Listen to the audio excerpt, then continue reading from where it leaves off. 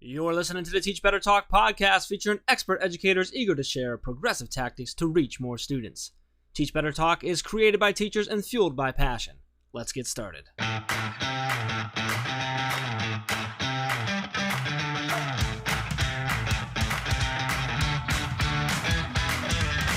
Hey everyone, welcome to episode 51 of Teach Better Talk. I am Ray Hewart, and as always, I'm with the astonishing Jeff Gargas. How are you doing, Jeff? I think you've used that one before.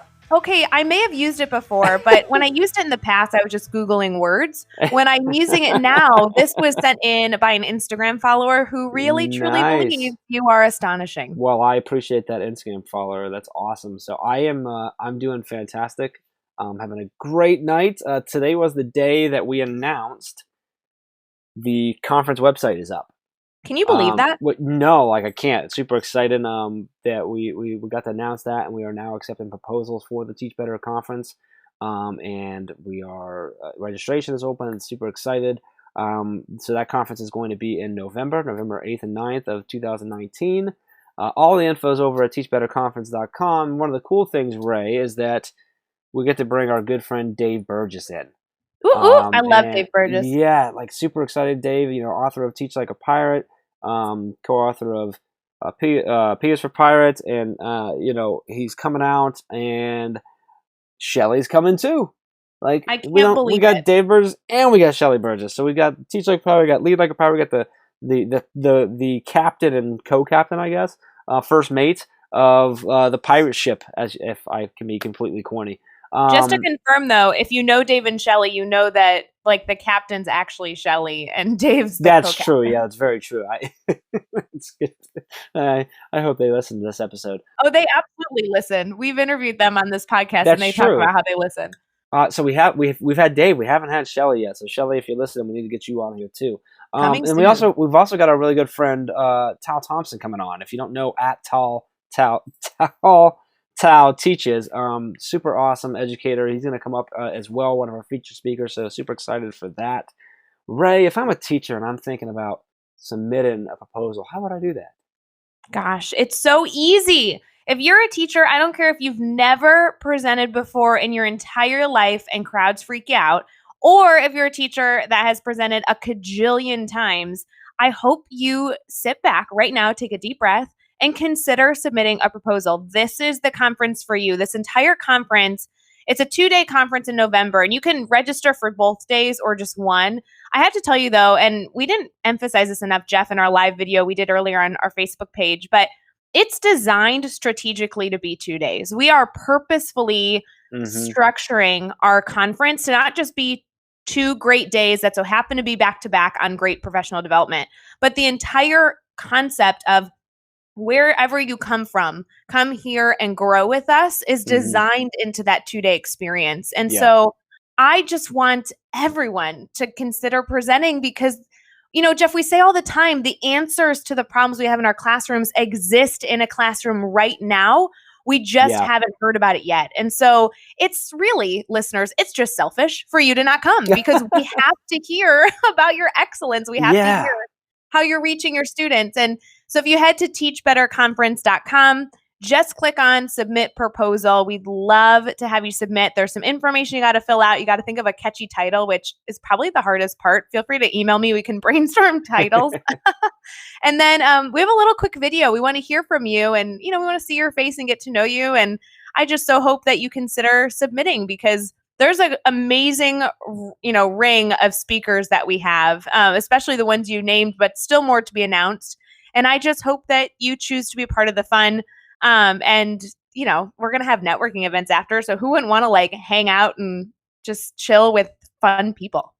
Loving it. Yes. All that is over at teachbetterconference.com. You can get everything you need for it over there. So let's talk about tonight. So this episode is episode 51, Ray. Can you believe 51? Yeah, 51 episodes in. Like you said that at the beginning, I'm like, wow, it's 51. That's a lot of episodes. So I'm super excited. It's episode 51 with Lauren Salsinger, and we're talking about, she's an 8-year veteran teacher. She's taught 3rd grade, 4th grade, and she is now a student learning coach. She's been in a lot of different positions, and what was really cool is we were able to dive in with her and hear her stories from both in the classroom and then also now in her new role, and how she sort of shifted her thinking and what she's taken from those experiences, and now when she's working with teachers as well as with the students, and she dives into a failure that I thought was really cool, just about building relationships. So it's a really cool story there. It's a very relatable story. Yeah, really, and I love that she shares it, because we talk about those relationships a while, but it's so many different ways that like we all kind of like it clicks in our heads, and hers is really very relatable, and was really appreciative of how she shared it. And then she talked about I love her success. You remember, I mean, her success was all about taking a risk. And she touches on that. That's just like an awesome thing, because you know us, we love taking that risk and doing that. And we talk a lot about sort of the mindset she had when she decided to take those risks and what that risk was. So she's going to dive into that for us as well.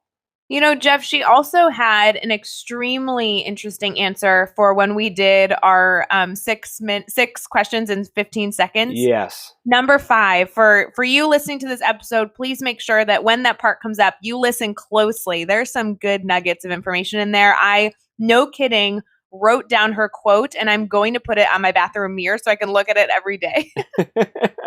Absolutely, and she drops an awesome piece of advice at the end there. Don't give it all away, Jeff. No, I'm not giving it all away. You guys are going to love this episode. We really hope you get a lot of value out of this. And if you've been getting any value out of this podcast, really hope you can subscribe to it, give us a rating and review, and share this with someone else that needs to hear this and needs to hear awesome stories like Lauren's that you're about to hear now. So, Ray, if we can, you want to just get right into it?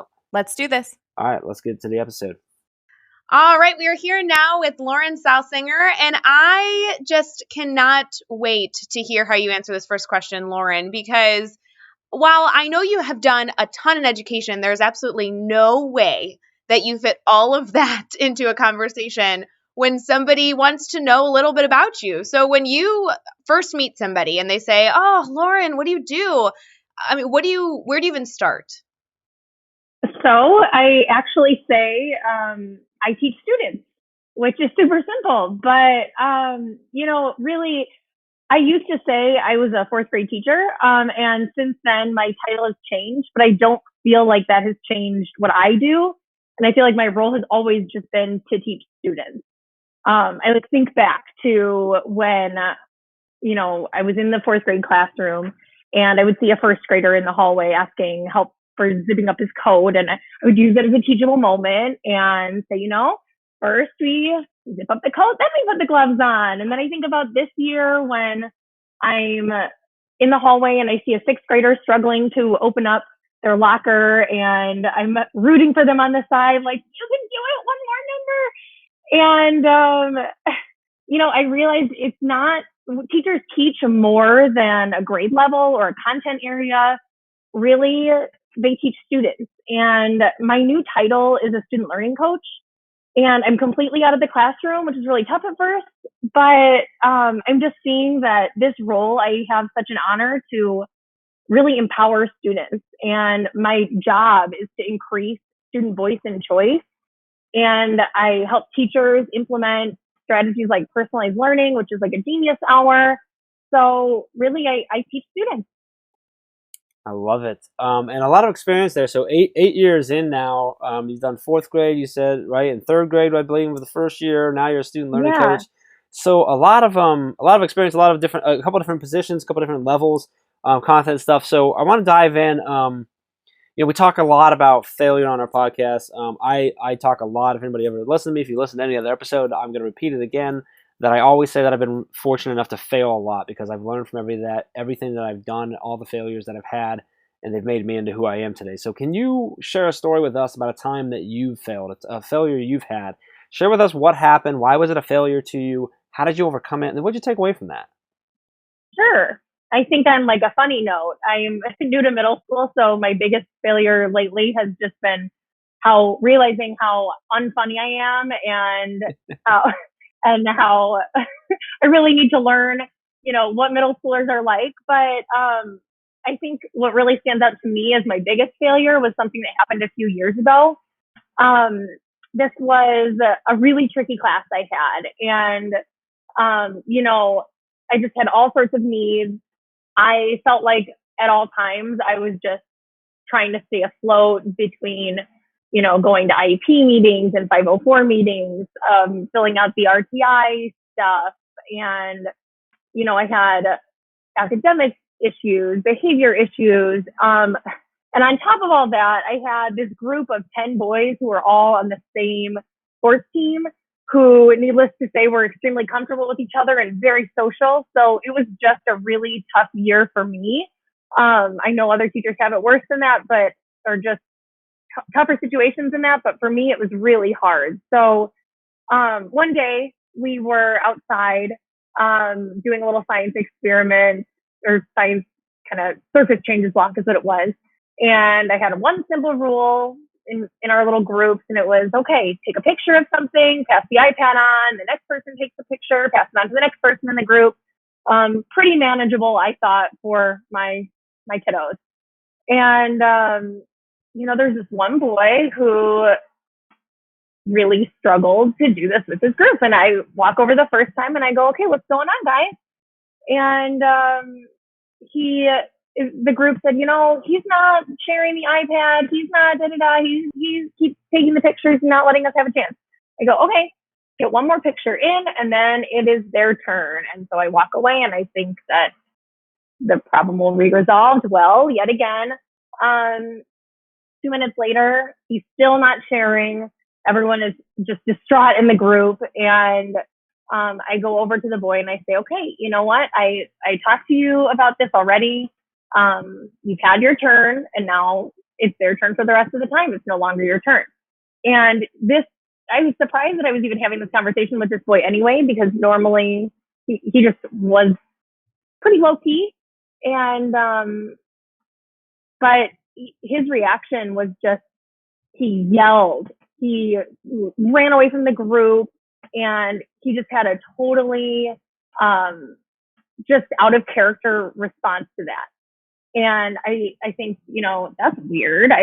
What's he doing? But I kind of move on. I was like, I'll address this when we go inside. And the day went on, and he was fine the rest of the day. So we went home, and I never said anything to him about it, or never addressed it again. Then fast forward a couple weeks, and that same group of boys were outside doing something at recess, and they had a little tiff.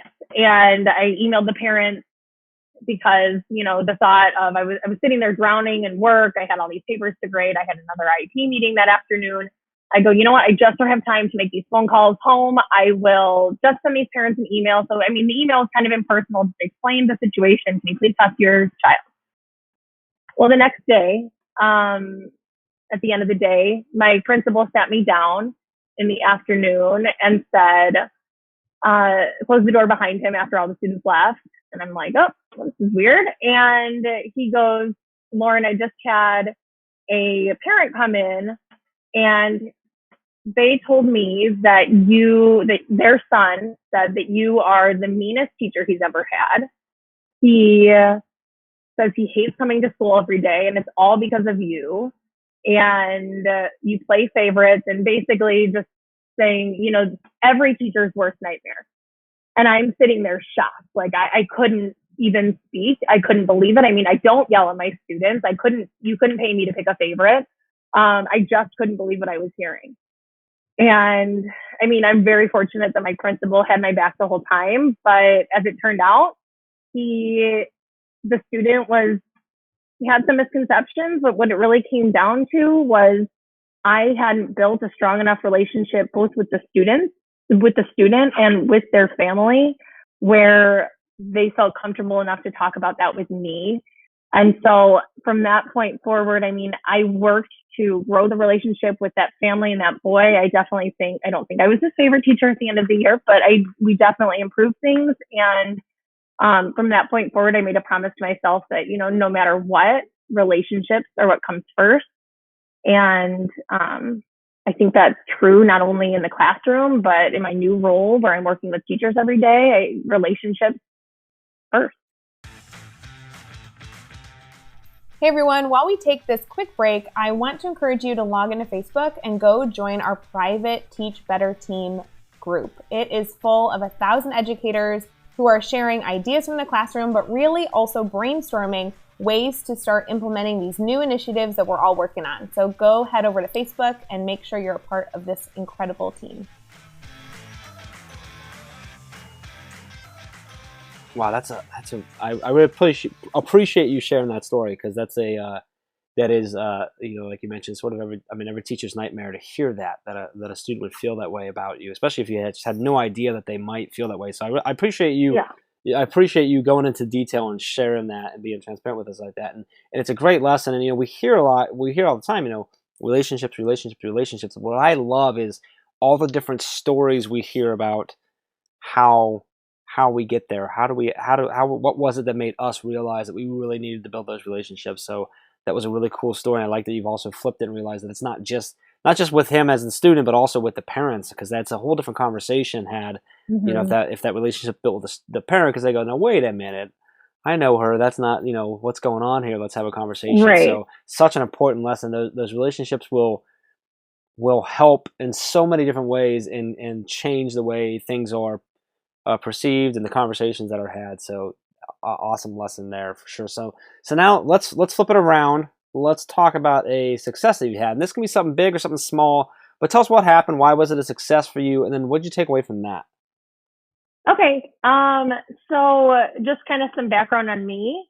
I'm someone who, from when I was 10 years old even, I knew I wanted to be a teacher. I forced my brother to play pool with me in the basement. I invited his friends over. I had a babysitting gig every weekend in middle school.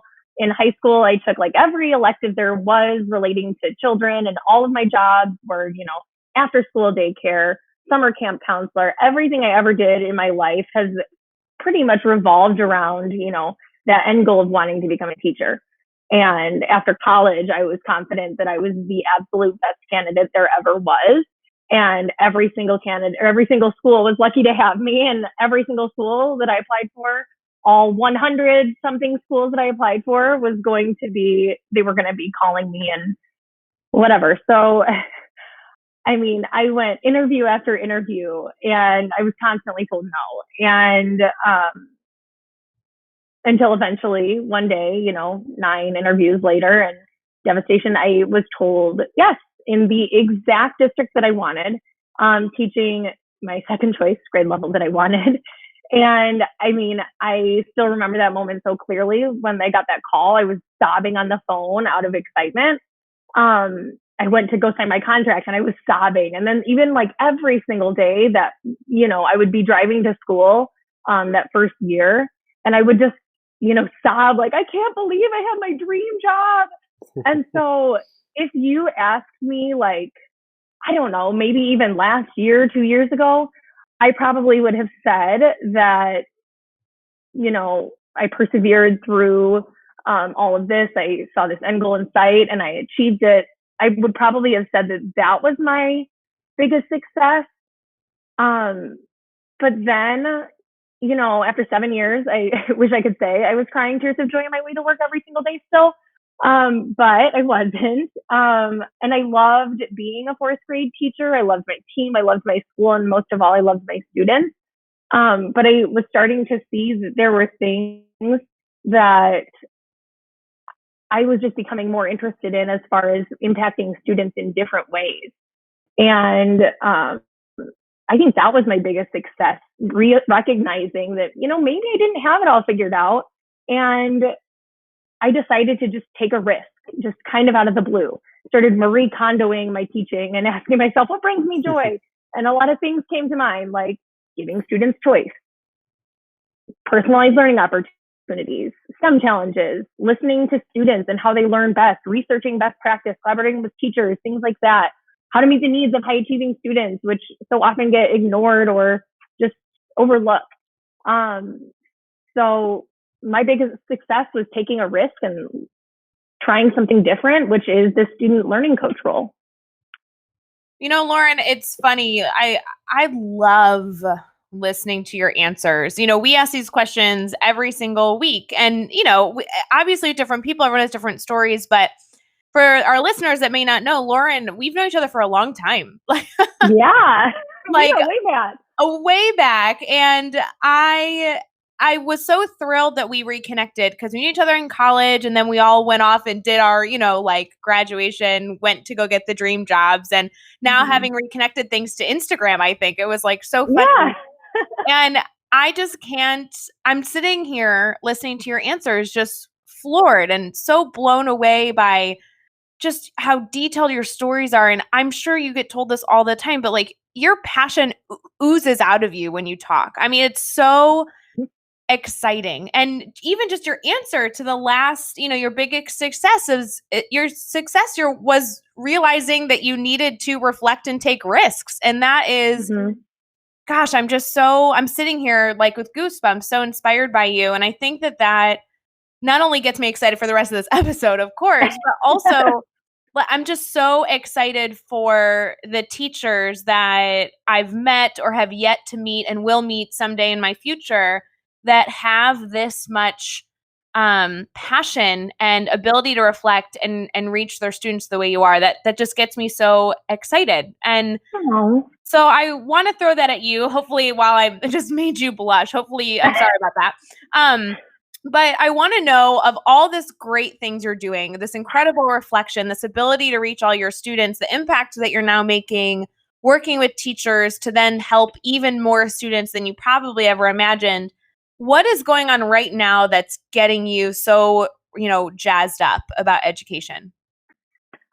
I mean, education in general, I feel like one of the biggest things that excites me is that people are starting to realize the importance of putting students in the driver's seat. And my new job is to empower students. That is what my job is. So I think that's super exciting for me. And one of the projects that I'm working on in my school right now to kind of help students see that they have a voice and help teachers see that they have a voice was a student engagement survey. I polled all 800 something of the students in my school and just asked them simple questions like, what engages you? And I read through 800 something responses and used that information to help drive the professional development at my school. And I met with different teams, and we found out that, the students really thrive to have a real world connection. They love to use technology. They appreciate hands-on learning, being active, using visuals. But overwhelmingly, what the students said that helped them learn was choice. And so now it's not only me telling teachers, let's increase student voice and choice. It's the students. And I think that by listening to the students and by getting that really helped get buy-in from the teachers and led to really good conversations. It prompted multiple teachers to reach out to me and ask, how can I tweak this to make this more student-centered? Teachers that, would self-proclaimed, called themselves 20th century teachers. And, that was one really exciting project that I just worked on. And I look forward to even more ways to help increase student voice in the classroom. Well, and I think that's incredibly important with how our education is shifting. How the system that we're working within is becoming so much more student focused that becomes incredibly relevant. So with all the work you're doing, all the teachers you're working with, and obviously the work you're doing on the back end to then support these initiatives, what type of suggestions, what type of recommendations or advice do you give newer teachers? I don't know if it's the first ones, maybe you reflect back on your first year in the job, what advice you wish you had, or the teachers you're working with, you start a new year in August and you realize there's 2 or 3 new staff members that are, brand new to the building. What do they really need to know to ensure that they are becoming just as reflective and progressive as you're striving to be in your career? Well, I mean, I guess the one thing that I want to tell new teachers is that you didn't get into teaching for the money and the fame. You did it for the students. So as long as you keep your students in the forefront of the decisions, all of the decisions that you make, the rest will fall in place. I mean, I think new teachers should make mistakes. They should take risks. That's how they'll learn. and they think that keeping the students in the forefront of all of their decisions will help keep them student-centered and make them teach the best that they can. That's fantastic advice. I love that. Forget about the money and the fame. You didn't get in for that. Focus on the student. Right. I love that. Like I wrote down on notes, money, fame, and I just put a slash to it. I'm like, heck yeah, I love it. And then students, and I love it. Everything else will fall in place. I mean, and that's right. You have to put the students in the focus. Everything. I always say, like when we're talking with teachers who are maybe considering taking a leap at something or taking a risk, as you talked about earlier, or trying something new in the classroom, that are worried about potentially failing, I always say, look, if you are always focused on trying to do what's right for your students and you believe what you're doing is right for your students, you can't fail. You might have to change course, you might have to change things, but if you believe that that's what you're trying to do, you should be able to sleep easy at night knowing that you are always doing that. And if you made the wrong choice and you got to reset and reflect and go, that's okay. But if you always have, like you said, if you always have the students in the forefront of your decisions, everything else will fall in place. You'll figure it out. So I love it. That's awesome. That's awesome. All right, so let's have some fun here. We're going to do the next 6 questions, and we're going to do, the goal is you're going to answer them in 15 seconds or less each. Are you good? Are you ready to roll? Okay, I'm ready. All right, Jeff, here we go. Can I go. confirm with you that you have the stopwatch out? I got the stopwatch out. I'm ready to go, and I'd really just love for our listeners to really picture it. Okay, so Jeff is sitting at a table with his big right microphone and his computer. He's got a sweatband across his head, probably black or orange, and he's got this timer that he's about to click the moment she starts speaking. Are you all ready? And I'm like standing here panting and sweating. It's fine. Well, and here's the thing, like Lauren, are you familiar with Flavor Flav? With Flavor Flav? Yeah, do you know who I'm talking about? Yeah, I do. Okay, so like my stopwatch, it's that size. Wow. Okay. Anybody who doesn't know who that is needs to be older and know. Absolutely. But so all right, all right, here we go. What is one ed tech tool you cannot live without? Okay, I feel lame saying this, but Google Drive. I'm gonna cheat and say 2, and Flipgrid. I love tools that can be used in versatile ways, and those 2 I can just think of 100 ways to use each of them. So I couldn't live without them. Give us one book that you're reading right now. It's called How to Differentiate Instruction in Academically Diverse Classrooms. That's a mouthful, but it's by Carol Ann Tomlinson. All right, and who do we need to follow on Twitter today? I'm really into cult of pedagogy lately. Give us a good YouTube channel for educators. Okay, I just got into YouTube for education, but John Spencer, I'm obsessed with all of his videos. He does these amazing sketch note videos. They're just so cool. Love it. Give us one daily, weekly, or monthly routine every teacher should get into. Okay, reflect daily, connect with other educators weekly, and go outside of your comfort zone monthly. Ooh, I like it. Nice. And what is the best piece of advice you've ever received? Okay, I don't think this is the best piece of advice for everyone, but I think that it's the best for me, that you can't do everything. It's okay to say no. Powerful. It's absolutely true. I just said that phrase to somebody else today. Yeah, I tend to just fill my plate and just keep adding more and more and more to it because I do get so excited about everything. But sometimes I just need to take a second and, Marie Kondo my life a little bit. I have no idea what it's like to do that, Ray. Yeah, you say yes to everything, Jeff. That's your problem. You should realize you can't do everything and it's okay to say no. See, the difference is I can do everything. Well, that's okay. Can you record a podcast on that? That would just be a whole bunch of lies. But yeah, I can do that if you want, Lauren. I'll make up some lies. No, that's great advice. It really is great advice. And that's something that I've been trying to work on. It's been something I've been trying to work on for a long time, and honestly, it's not going well, but I'm working on it. So awesome advice. I do think that's important for everyone because I think at some point in their lives they're going to come across where that advice makes a lot of sense. So.